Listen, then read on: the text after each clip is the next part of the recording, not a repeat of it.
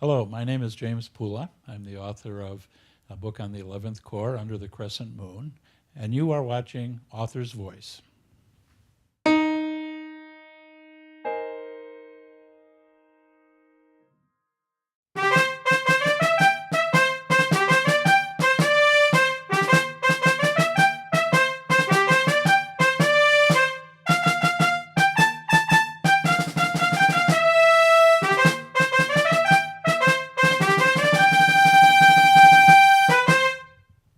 Welcome to Author's Voice, connecting authors to the world. My name is Bjorn Skaptason, and I am your host this afternoon. And the show that we bring you this afternoon is called A House Divided. This is the program, our first program, our legacy program on Author's Voice that features books about President Abraham Lincoln, the Civil War, the U.S. presidency, American history. This is our original show because we are broadcasting to you from Abraham Lincoln Bookshop in Chicago. 75, 76, 77, 78 years. I've forgotten at this point exactly how long this antiquarian bookshop has been in operation. But we are very comfortable here in the 21st century. That's why this antiquarian bookshop can project a book signing to you wherever you are in the world and on whatever device you are watching. That's the internet, and it's great. It's how we're able to bring your favorite authors to you. So welcome. Welcome to Author's Voice. And today we're going to jump right into talking about a fascinating book, a fascinating new military history, and a fascinating new unit history. Now, if you've seen me on this program interview some other authors, such as Leslie Gordon with A Broken Regiment a couple of years ago, you know I love the unit history form. I think it's a terrific form to really get inside the heads of Civil War soldiers and figure out what their lives were like on a day-to-day basis. The unit history is great for that. And that's what we're talking about today with our guest, James S. Pula, and the book he is bringing to us, Under the Crescent Moon, with the 11th Corps in the Civil War. It's volume 1 of a 2-volume set, From the Defenses of Washington to Chancellorsville, 1862 to 1863. It is from Savas Beatty Publishers. This is the first edition we're offering today. It's 308 pages. It's richly illustrated with good maps. The cost is $34.95. If during the course of our program you wish to ask a question of Jim, he'd be happy to answer it. I have my device right here. I'll get your question and we'll answer it. And if you wish to order the book, you can also do that. Order the book right online. Jim will sign it to you. We will ship it out to you. Real books, and they're really signed. That's what virtual book signing is. Jim Pula, welcome to the show. A little bit of biography about Jim. Jim is a professor of history at Purdue University Northwest and the editor-in-chief of Gettysburg Magazine. He's authored and edited dozens of books, including For Liberty and Justice, a biography of Brigadier General Vladimir B. Kershanovsky, and The Siegel Regiment, a history of the 26th Wisconsin Volunteer Infantry, 1862 to 1865. That book won the Gambrinus Prize in History from the Milwaukee County Historical Society. And before we jump right on into the interview, Jim, let's both say hello to our friend Jerry Prokopovich at Civil War Talk Radio, the original Civil War podcaster.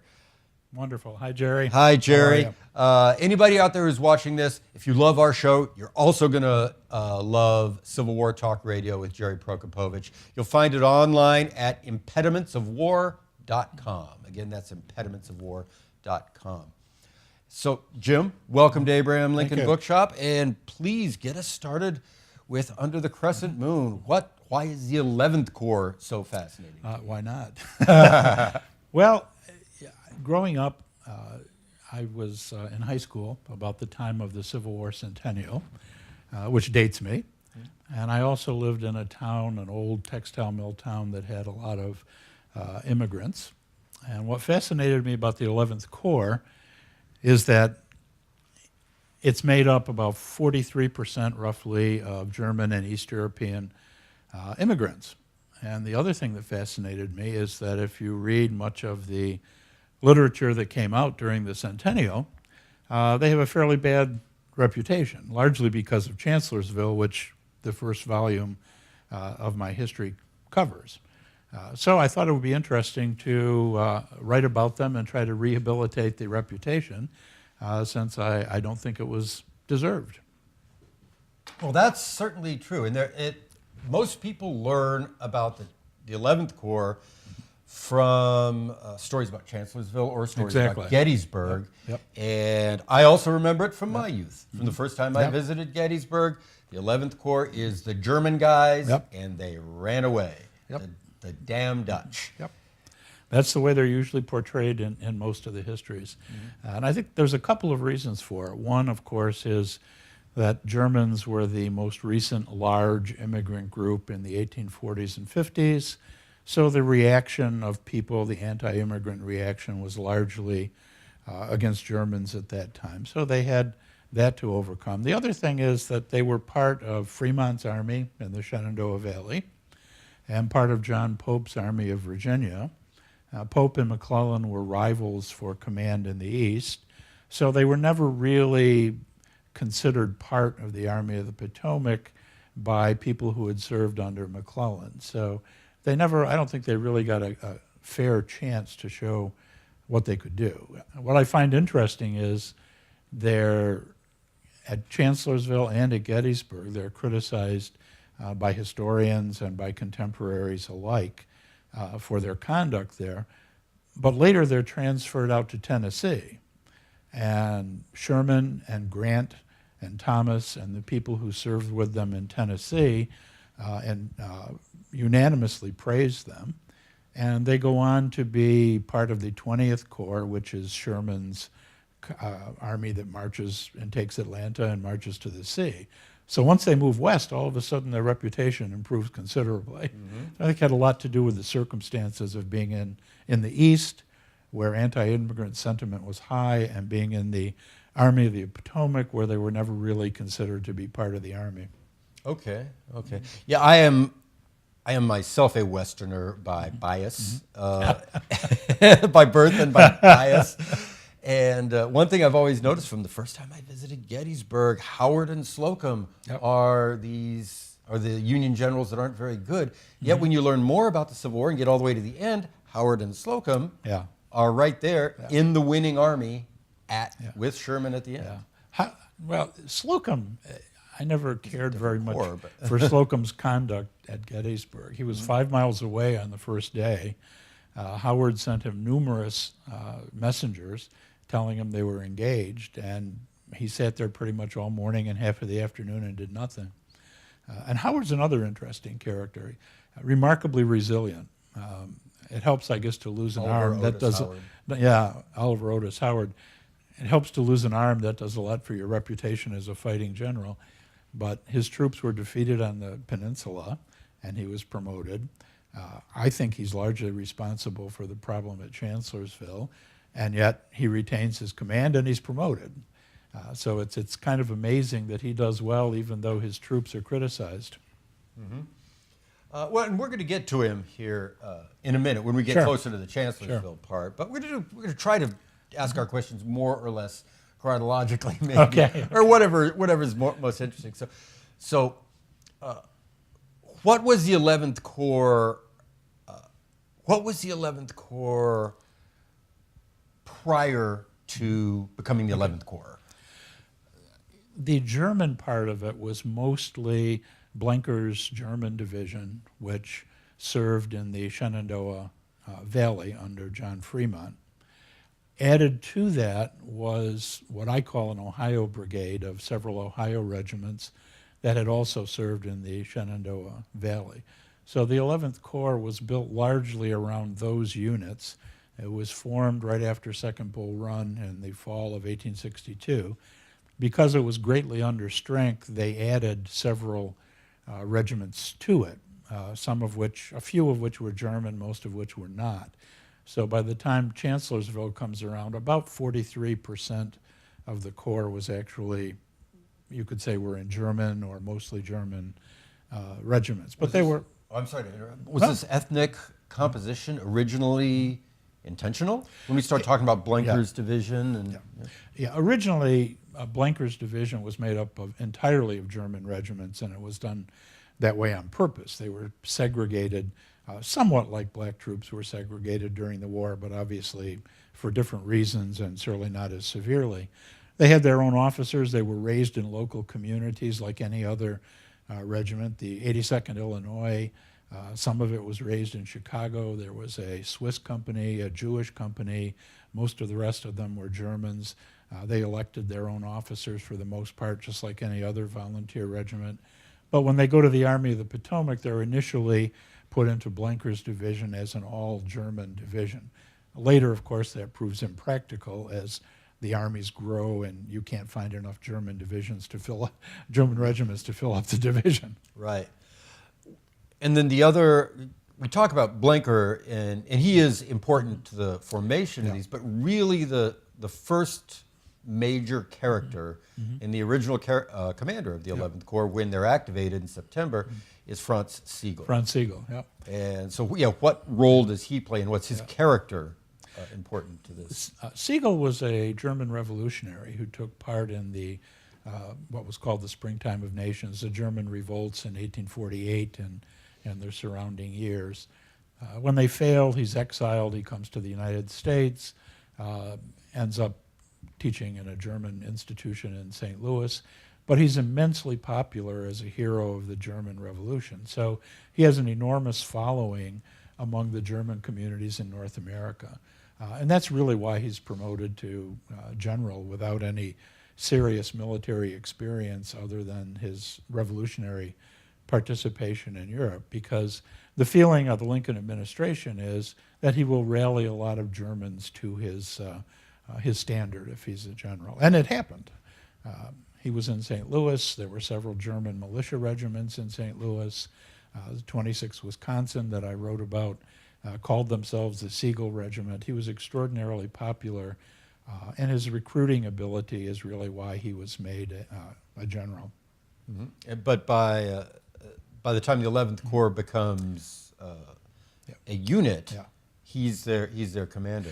He's their commander. He was brought in, John Pope was brought in from the West after the disaster of Jackson's campaign in the Shenandoah Valley to unify all of the different disparate federal troops that had fought in the Valley into the Army of Virginia.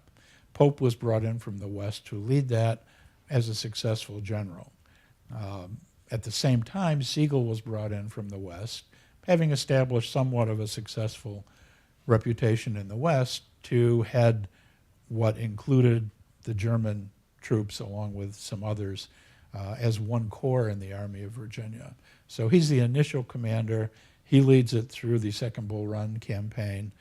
Following the Second Bull Run campaign, there's a squabble over how big his unit is going to be and the fact that it's not being reinforced. And essentially his ego gets in the way of his better judgment. He resigns, probably thinking that no one will accept it. Right. And much to his amazement, they do. Yes.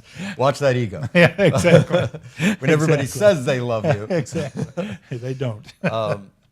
And so, but that means that probably the most important person in the formation of the Corps exits fairly quickly. He exits the stage in the spring of 1863, a month and a half, 2 months before Chancellorsville. And the reaction of the troops is interesting. Most of them, whether they're Germans or not, most of them were sad to see him go. Most of them thought that he paid a lot of attention to them, that he was kind of a soldier's general, if you want to call it that. After Chancellorsville, several of them, both Germans and non-Germans, said that if Sigel had been in charge, they never would have been surprised. There were a few who said, well, good riddance, we're glad to see him go.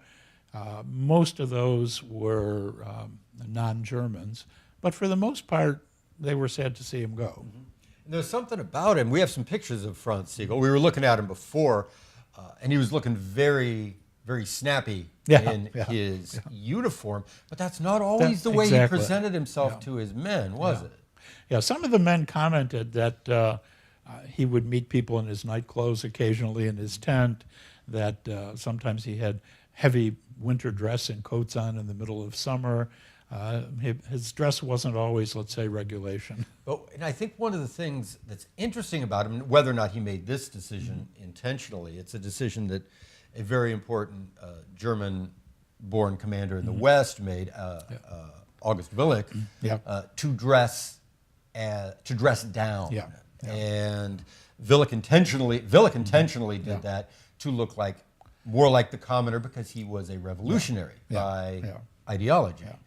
Yeah, most of the German officers in the 11th Corps were revolutionaries. There were 2 or 3 that were exceptions. Most of them were revolutionaries. Some of them, I think, purposely dressed down like that.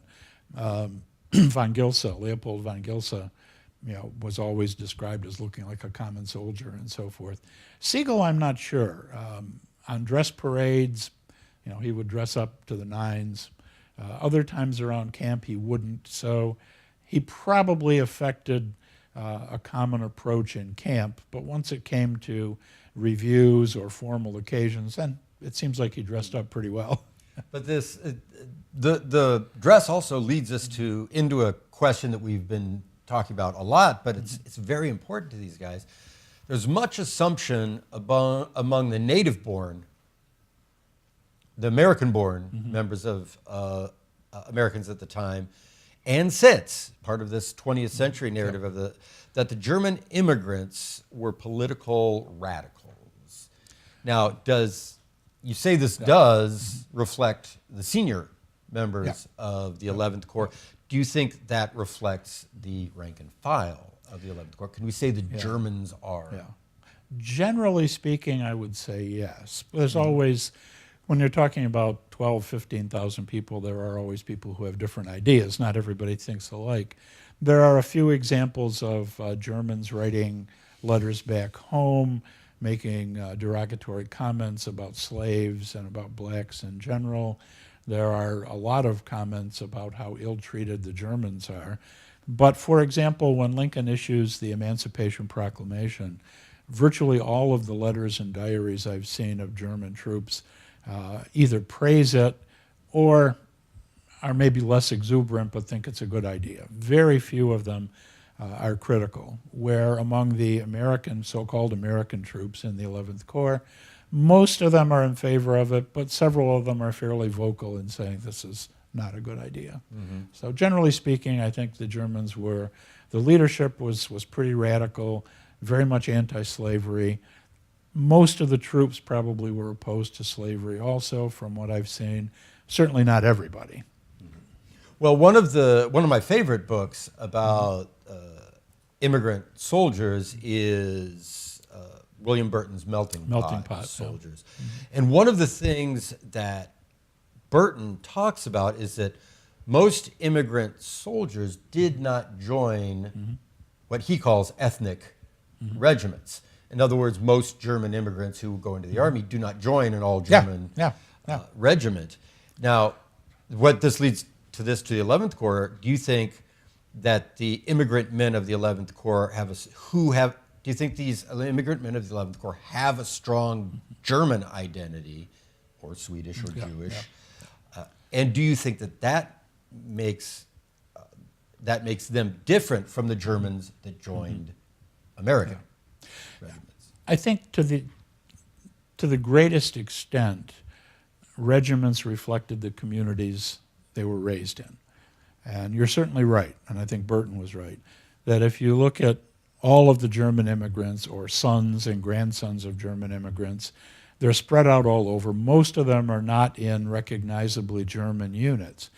But if you take places like Chicago or Milwaukee or Buffalo, New York, or New York City, where there's large German communities, the newspapers often made a race of it, so to speak. Like during World War I and World War II, there were campaigns specifically aimed at ethnic groups to see who could buy more Liberty bonds and more war bonds.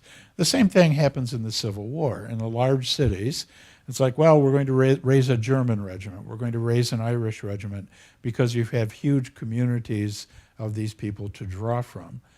So in some cases, like the Wisconsin Regiment, the 82nd Illinois, these were raised in largely areas with very large German communities. Some of the more recent immigrants didn't speak English all that well, so it's only reasonable they would want to go off to war with friends and neighbors and people who were like them, as people from any other community in the North or the South did as well. So, and then that also brings us to another radical in the command structure, which is Carl Schurz. Schurz, and if yeah. you have Carl Schurz, then you're bringing Abraham Lincoln into the discussion. Yep. Schurz is really I think more interesting than Siegel. Schurz was a lower level leader in the German revolutions, but gained enormous fame when one of the German leaders, Gottfried Kinkel, was imprisoned in what later became Spandau Prison in Germany. And he snuck in while everybody else was trying to escape from Spandau. Schurz snuck into Spandau and managed somehow to release Kinkel and escape in the middle of the night. So he became an instant hero among Germans in Europe and in the United States, and had a tremendous reputation. Schurz became a political orator and a writer in the United States. He campaigned vigorously for Lincoln in 1860. It said that he traveled some 22,000 miles across the North, speaking in both German and English, and he's rewarded for that with Lincoln's victory. He's rewarded by being made American minister to Spain. But that's way too far out of the action. Right. So he resigns, comes back, and Lincoln rewards him with a brigadier generalship. But Schurz later becomes Secretary of the Interior after the Civil War is over. And he's an excellent example of a real 19th century liberal who fought for civil service reform after the war and other causes. He was certainly anti-slavery. And I think he was considering he had virtually no military experience, he was intelligent enough to read a lot and to observe and to ask questions. And I think he made a pretty good general officer for somebody who had no previous experience. Now, did the presence of these some of these radicals in the senior level and amongst the other German regiments, was there comment on this from the American-born regiments or the American-born contingent of the 11th Corps? Yes and no. I think there's been some recent historians who have done some studies of the Union Army leadership who pointed to the 11th and 12th Corps seeming to be much more anti-slavery and radical in that sense than the rest of the Army. If you look at individual letters of individual soldiers, most of them comment more on their German nationality and in stereotypical kinds of terms and so forth. Not very many of them link Germans necessarily with abolitionism, at least in the Corps. Right. Yeah. Right. Now, this brings us, we're 20 minutes into our interview and we're still talking about the organization of the Corps. But that's why the 11th Corps is interesting. Yeah. Not just the men that they were, but how they're perceived by the Americans, and then also historically how the story of the 11th Corps has a lot to do with the story of immigration. And there's, as I said, I think earlier, about 43% were German at Chancellorsville. The rest weren't. There were a couple of regiments from near Schenectady, New York, that were largely non-German farmers. There were a couple more regiments from western New York. There was a regiment from Massachusetts, another one from Connecticut. Most of them were not Germans. The nephew of the Vice President of the United States, Augustus Hamlin, was in the 11th Corps, later wrote a book on Chancellorsville. Harriet Beecher Stowe's son was in the 11th Corps.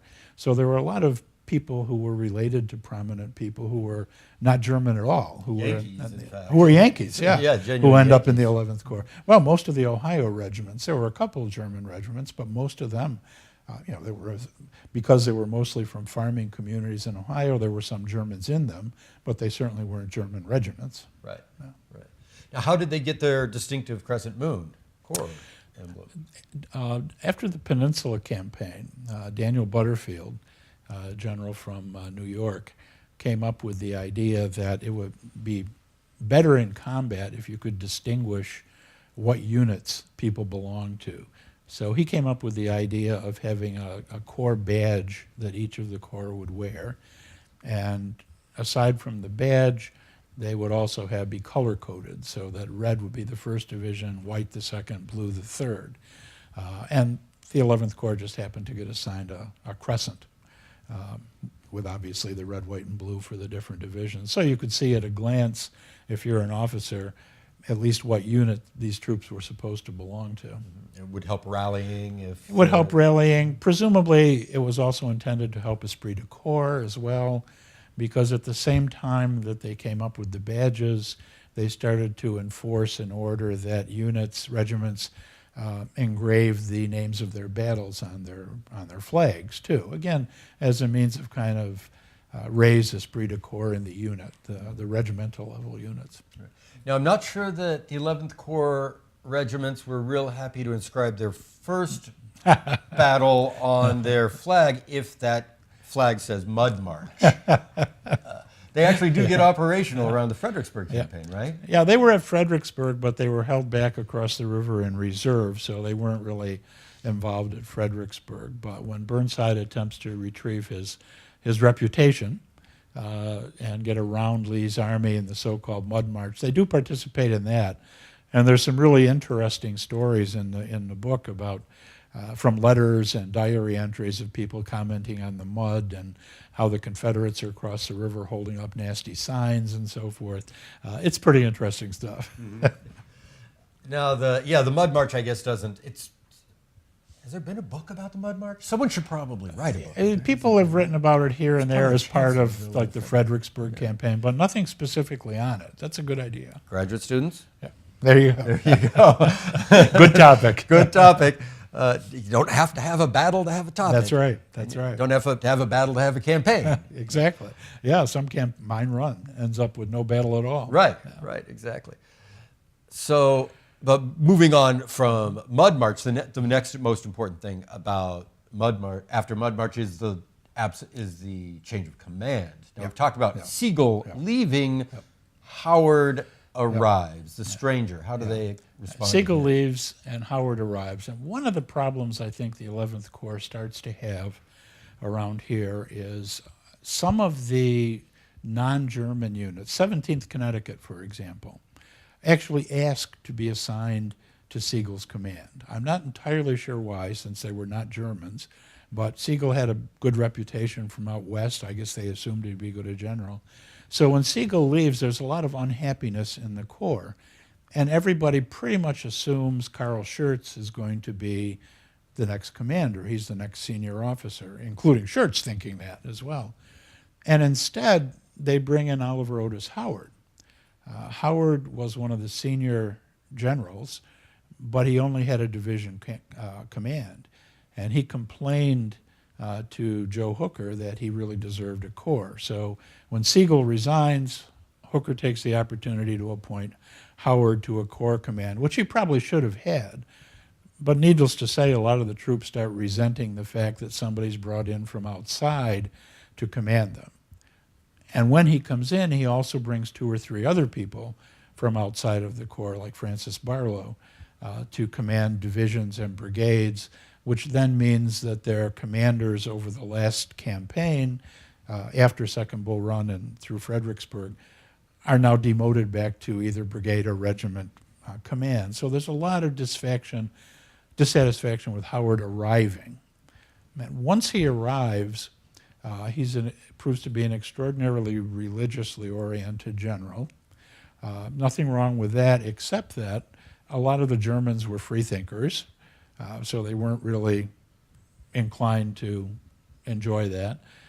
A lot of the Americans, so-called Americans in the Corps, were of different religions, and they didn't like the fact, for example, that he had a sign outside of his tent with different psalms written every day and so on. Howard apparently knew a little bit of German, but I've never found any evidence at all in any writing that he actually tried to use it to perhaps bridge this gap between him and the German troops. But he didn't. And most of the Corps were somewhat reserved. Carl Schurz of course, Schurz had some bias thinking that he was going to be the Corps commander, but he wrote in his memoirs that it was almost impossible to get the soldiers to cheer when Howard rode along their ranks and so forth. So I think that caused a problem. And then after Chancellorsville, a couple of other people are brought in from outside the Corps. So there's a great deal of resentment on the part of the people who've been there for a year, they and their troops, and now see themselves supplanted. One of the people that's supplanted is General McLean from Ohio, the Ohio troops loved him. He was a brigade commander. All of a sudden, he finds himself back commanding a regiment when somebody's brought in from outside. So they didn't particularly like that very much. Mm-hmm. And there are some other there's some other characters that jump in during this period, and again, a lot of them jockeying for position. Yes. General von Steinwehr. Yep. Is he a radical? Or is he more the conservative Prussian? Von Steinwehr? Adolf von Steinwehr. Von Steinwehr, I think, supported the revolution, but he wasn't, I wouldn't consider him a radical. He was anti-slavery. He supported the revolutions, but he wasn't. Right. Because we have radical, we have the American definition and the European definition. Exactly. Mm-hmm. But von Steinwehr was a trained military professional in Europe, and there was some rivalry between him and Schurz. Schurz being a political appointee with almost no military experience, von Steinwehr having gone to military academies in Germany and been in the Prussian army and so forth, resented the fact that Schurz outranked him and probably would lead the Corps instead of him. Mm-hmm. And actually, von Steinwehr is probably one of the people who's happy when Howard comes in, because this way he doesn't have to report to Schurz. Exactly. Well, this does bring us to the battle. There's a battle in your book. Yep. It's not a Mud March book, and that is this controversial Battle of Chancellorsville. Exactly. And this is the source of a lot of these problems. So, briefly, without reviewing the entire campaign, how does the 11th Corps get out there onto that road facing to the south? They were on May 2nd. One of the three corps that Hooker decided to swing around behind Lee's army, and they did it very successfully. They're stationed on the right hand of the federal line, which would be the right flank, and they're placed there by Hooker, but it's Oliver Howard, commanding the 11th Corps, who's responsible for actually putting them in position, and general officers had discretion. Hooker orders him to form his line near a mill. The mill didn't exist anymore, but the foundation of the mill did. So Howard forms his line about a half a mile beyond that into the woods. And part of the problem, I think, is that when Stonewall Jackson's march west is first discovered, General Sickles in the 3rd Corps gets permission to advance and attack. By the time he does, he runs into Jackson's rear guard. But a fight breaks out, and he asks Howard for reinforcements. Hooker sends Howard an order to send reinforcements. Howard takes his reserve brigade and sends it off to support Sickles. But he doesn't make any arrangement for a reserve brigade to replace it. He doesn't shorten his lines or rearrange them in any way to account for the fact that one of his 6 brigades are now gone. And to make matters worse, he rides off with General Barlow in charge of the brigade to watch the fight, leaves his headquarters with no one in charge, and only arrives back about a half hour before Jackson's attack. So he's essentially missing at a very critical part just before the attack begins. In addition, General Hooker had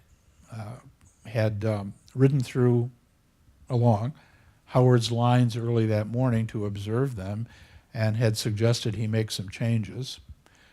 When Hooker goes back to his headquarters, he has his chief of staff write an order, which still exists, to Howard, telling him that he has not made sufficient plans to defend an attack if it comes in from the west, from his flank. and orders him to do so. When the order arrives, Howard's asleep.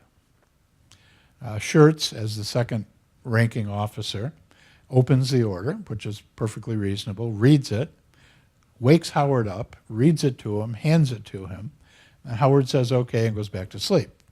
And then later is when he finally gets up and goes off with Barlow. So Howard made absolutely no preparations, even when directly ordered to do so by Hooker. So when Jackson attacks, you have, in naval warfare, there's something called crossing the T, where if you have a long line of ships and the enemy goes in front of them, all of their guns can shoot, but only the front ones can shoot from your side. Essentially, that's what happened. Jackson gets all of his army, 33,000 men, at the very end of the 11th Corps line. If you take away Barlow's brigade, there's about 9,000 11th Corps troops, and they're simply overwhelmed. There are so many Confederates that they overlap both sides of the 11th Corps line and simply come in behind it every time they try to make a fight. So they're in a very poor position, which I think is the result of Howard not paying any attention to the Corps and simply assuming throughout that Jackson was retreating. Sickles goes out, he runs into the rear guard. The assumption is that Jackson is retreating. Howard, in fact, orders his troops to have dinner early so that in the morning they can begin the pursuit. Mm-hmm. So another problem the 11th Corps has is Howard allows these herds of cattle and wagons bringing rations and ammunition to come right up behind the line in order to distribute food. So when the attack comes, they're all in the way. And this happens in the wilderness. There's one plank road that goes through the wilderness and another one that connects with it. All of the rest, except for a couple of small farms, is very dense woods. So there's really no room to maneuver here. And when the troops are hit end on like a row of dominoes, they just kind of collapse. And if you try to move into line to face where the attack is coming from, the Confederates simply move around both flanks and come in from behind. Mm-hmm. There's virtually no way to defend against that. Was there any way that the troops out there on the end, the 153rd, Pennsylvania, 54th New York, anything that they could have done to give warning or? Well, they did. I think there's two parts to that question. They did give warning. And one of the things I point out in my book is that there's warning after warning after warning after warning from the pickets of the 11th Corps that were out a half a mile ahead of the line. Constantly throughout the day were sending back messages that the Confederates were moving across their front to the west.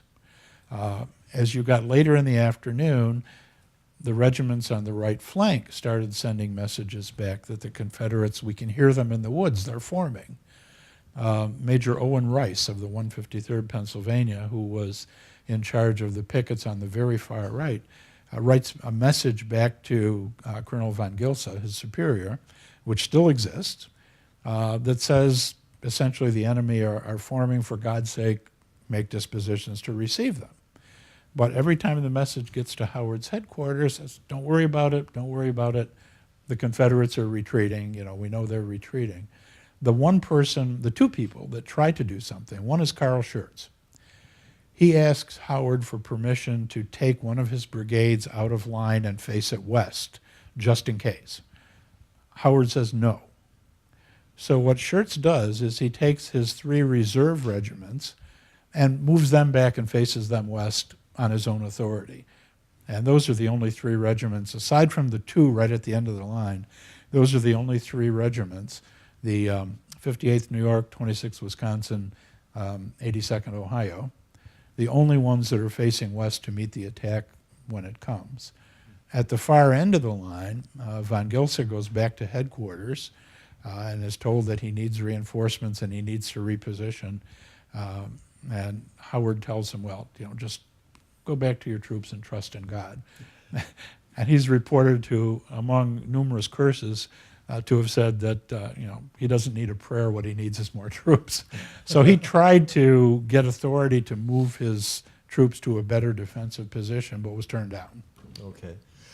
We have a question Sure. from the internet. Sure. Here's my tablet here, and I'm going to have to peek at it in order to see it. It's from Maurice in Louisville, Kentucky. Thank you very much, Maurice. Maurice wants to know if Howard was largely responsible for the 11th Corps rout at Chancellorsville and Barlow largely responsible for the 11th Corps rout at Gettysburg because he left his right flank in the air at Blotcher's Knoll. Well, would you agree with these two assertions? That's an excellent observation, Morris. I think the two are really close. If you look at what happens to the 11th Corps, clearly they're outflanked. They're outflanked by a much larger force, which no matter how many regiments they're able to put in line, has more regiments and can outflank them. The Confederate General Artillery Officer E.P. Alexander, after the war, wrote and said the 11th Corps really had no chance. It was one brigade fighting against 3 or 4. And the same thing, of course, happens with Barlow on what today is Barlow's Knoll, was then Blocker's Knoll. Against orders, he moves his division out to this small little hillock with no Union troops on the left, no Union troops on the right, so that once again the Confederates can outflank him on both sides, and he has virtually no chance to hold the position that he takes. I think in one case you're talking about a division, and in the other it was the entire Corps. But of course the defeat of Barlow's division at Gettysburg leads to the retreat of the 11th Corps on the July 1st. So I think the comparison's a very good one. Well, maybe the fact that it's the right flank is coincidence, but in both cases we have a senior officer overconfidently advancing into putting the Corps in a very poor position. And at Gettysburg, which I'm going to talk about in my second volume coming out in the spring, at Gettysburg, of course, Howard assumes command of the field when General Reynolds is killed early in the battle. So at this point, Carl Schurz is leading the Corps. And Schurz attempted to form a line north of Gettysburg, and he ordered Barlow into a position that would extend that line using Rock Creek as some kind of a linchpin on which to put his flank. And it's Barlow who simply disobeys orders and moves north, loses a connection. I think the other comparison you can make is with Daniel Sickles in the 3rd Corps at Gettysburg. He does the same thing the next day. He moves his whole corps out in front of the rest of the Union Army line so that it loses contact and it can be attacked by the Confederates on the front and in both flanks at the same time. Mm-hmm. And that's for the spring. Exactly. But, as far as Chancellorsville is concerned, was the 11th Corps engaged on the 3rd of May? I was engaged after the defeat on the 2nd. It was moved over to the left of the Union line, which would be the east end of the line. And they were engaged with Confederate skirmishers there. Barlow's brigade, which had not been engaged on the 2nd because it was off supporting Sickles' brigade. Barlow's brigade was filtered into the line in different places as the Confederates were attacked. So that was engaged somewhat. And there were several 11th Corps artillery batteries that were shifted over to support some of the other corps. So they were engaged on the 3rd and 4th prior to the eventual retreat. Right. Well, that brings us to some of the post-battle recriminations, fighting the battle over and over again. Yes. But before we do that, I want to introduce the folks at home to what is universally considered one of the greatest battle studies in American history, Civil War history, American literature. It's John Bigelow's The Campaign of Chancellorsville, and we have first edition copies right here. And this is one that I'm showing right now, and folks at home are seeing some high definition photos of Bigelow's campaign at Chancellorsville. This is a brilliant book, and it is careful analysis based on source documents. And to some extent, Bigelow in his introduction says part of the reason I'm doing this is to create an example of how to teach about a battle, how to teach military students about a battle. So anybody who's interested in military history and military analysis, this is a benchmark in American literary history. And we have copies, and the people at home are watching some of the great maps. There are 9 unattached maps that are in a fold-out copy in the back of it. You can get them out, you can see them. And Color maps. Color maps, they're really great. Yeah, we've been watching them to some extent. When we watched the Jackson's attack on the 11th Corps a few minutes ago, and you were talking about that, the folks at home were seeing a Bigelow map.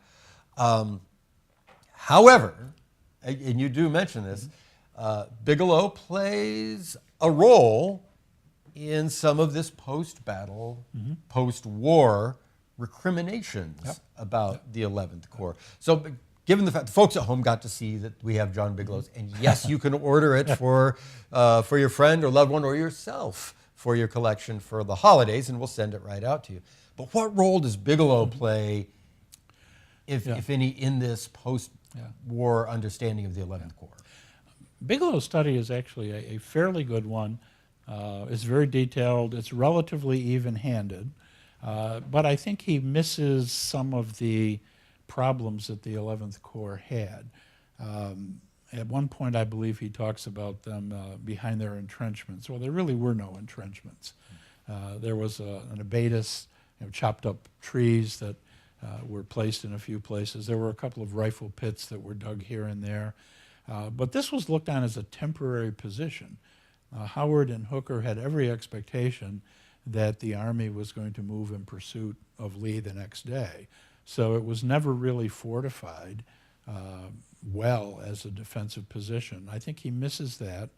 And he also misses the fact that they were isolated a mile of dense wilderness from the nearest Union troops with no reserve. The reserve was off supporting Sickles. He mentions that, but I think that's a critical thing. You have no reserve behind you, so when the attack comes, other than repositioning your troops under fire in the middle of a dense woods, which is almost impossible, what chance do you have to form a stable line anywhere for troops to retreat back to? Eventually, when the 11th Corps finally stabilizes, they finally reach some entrenchments that were built by a different corps. I think it was it was either the 3rd or the 12th. I think it was the 12th Corps. Had built some entrenchments the day before. They were empty at that point because the Corps had moved on. When they finally are pushed back that far where they can get into some real entrenchments, then the Confederate attack starts to wane and comes to an end. Mm-hmm.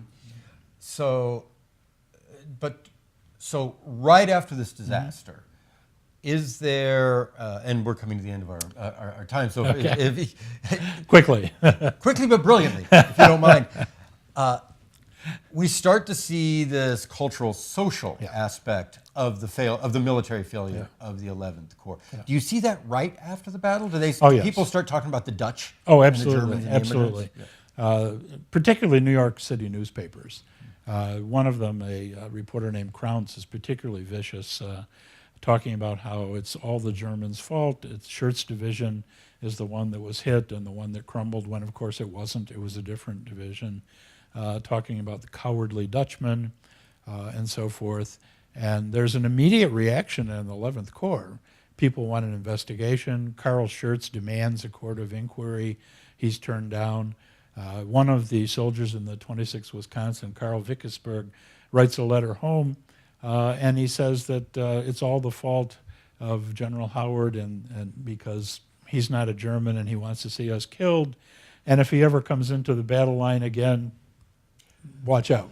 Watch out, watch his back. They were not happy. You look at some of the newspapers in ethnic communities, like in Wisconsin, and in Milwaukee, the German newspaper says that, well, there's really bad news, but we really don't believe it. We need to wait and see, what really happened. But for a large part, everybody believes this. And as they're marching north to Gettysburg, troops from the other corps are making fun of them, joking about them, calling them cowards and so forth. I think completely undeserved, but immediately they get this reputation, even before the battle is over, that it's all their fault, and they're the ones that have given way, and they haven't done the job. Interestingly, Thomas Marr, the Irish general, was on provost guard at Chancellorsville, and he wrote a letter afterwards to an Irish newspaper saying that the Germans were really getting a bad rap, that his provost guard, as he said, rounded up fugitives from the battle, and he made a comment that very few of them had Teutonic accents. Well, you've mentioned it's time for us to bring our show to an end. But the good news is there's going. If you wanted more about Gettysburg, the good news is there's going It's to coming. be. Yep. What are you looking for a date of release on the Gettysburg? Well, they tell me spring of next year, most likely probably early summer. Okay. Yeah. And before we go, also, I am going to remind everybody of the book we're selling. It is Under the Crescent Moon with the 11th Corps in the Civil War, Volume 1, From the Defenses of Washington to Chancellorsville. It's from Savas Beatty, 308 pages, costs $34.95. And I also want to show the folks at home something we may not have there we go. Also from Savas Beatty is your previous unit history on the 26th Wisconsin. You've mentioned the 26th Yes. Wisconsin a couple times. So just briefly tell us about the Siegel Regiment. That's also a book they can get from us or... Yeah, it was raised largely in Milwaukee and the counties surrounding it. Was led by a banker, Wilhelm Jacobs. Most of the troops were German. One company was not. They fought at Chancellorsville and Gettysburg, and then throughout the Tennessee campaign, Sherman's march to the sea, capture of Atlanta, and then up through the Carolinas until Joseph Johnston surrendered at the Bennett House in North Carolina. So Fox is, for those Civil War aficionados, Fox is a famous author who made lists of regimental losses and so forth. Fighting 300. Exactly, Yeah. exactly. The 26th Wisconsin lost the 5th highest percentage of combat deaths of any Union regiment, and Fox listed them number 1 in his list of bravest regiments. And they were in the 11th Corps. And in the 11th Corps. Now, when you're going through whether you're doing Crescent Moon or the Siegel Regiment, you're talking about a lot of Germans, therefore probably German language primary sources. Has that stuff been used properly, do you think? Some of them were German language. Most of the diaries and letters that I've seen have been translated. I couldn't translate German myself. You can look at it and see whether it looks important. So I have a couple of friends that do some translations for me. But a lot of them have already been translated into English and donated to historical societies. And of course, by law, the regimental books had to be kept in English. So the regimental descriptive books in the National Archives, along with the correspondence back and forth to brigade headquarters, is all in English. So that helps a lot also. Okay. Well, for the folks at home, absolutely, this is going to be a fascinating book. Under the Crescent Moon with the 11th Corps in the Civil War. Takes us up through Chancellorsville. As you see right now on your screen, there's Howard facing the wrong way. But I also want to give one more parting shot here before we go, because it is the holidays, is it not? And you're going to want to fill out your gift list with the finest books, the finest first edition signed books about history that you can. And I know you at home, either you yourself or someone in your family has been totally jonesing for an 11th Corps book. And so this one will fill that stocking. But also, if you look over my shoulder, this has been a great year for Civil War literature. Let me get my hand out of the way so people can see Ron Chernow's Grant. We have those signed in first edition. Go to authorsvoice.net. You can order it up. We've got Lincoln in the Bardo, the Man Booker Prize winning book on Lincoln in that graveyard. Judy Giesberg wrote about sex in the Civil War this year, and John White wrote about dreams in the Civil War this year. So we're not running out of topics at all. And you can never have too many books. And you can never have too many books. Hey, coming up on Author's Voice, let's tell you about Lit with Love is back on December 5th at 2 p.m. Sally Kilpatrick will be with Sonali Dev to talk about Bless Her Heart, wonderful romance book. On Stranger Than Fiction, our nonfiction that's not Civil War show, on December 8th, 3:30 p.m., Gail Lukasik with White Like Her. Again on Stranger Than Fiction, December 9th at noon, Joan Marie Johnson with Funding Feminism. Two great nonfiction books. And then our newest host, Roberta Rubin, returns with her new show, Berta's Books. The great Roberta Rubin, the great Chicago Bibliopole bookseller. And she comes back on December 12th at 2:30 p.m. with author Sarah Miller and her new book, Caroline, Little House Revisited. All of the details you can find on this and asking your questions, you can get those at authorsvoice.net, where you're watching this show right now. And if you're watching the show on our archive, on our YouTube channel, after the broadcast, you can still order signed books. If you're not watching this on December 1st and it's still not too late to fill out that Christmas list, that holiday list, contact us at the link under the video, authorsvoice.net. Thank you very much, Jim. Thank you, Bjorn. And you I will be in appreciate it. Kenosha tomorrow, are you not? Yes, tomorrow at the Civil War Museum there. Yep. And what time will that get started? I believe it's at noon. Okay, our friends at the Kenosha Civil War Museum, fantastic, fantastic. And thank you to the folks at home. Thank you to the staff of Abraham Lincoln Bookshop and Matt Blanton, our technical director. Thank you at home, and goodbye.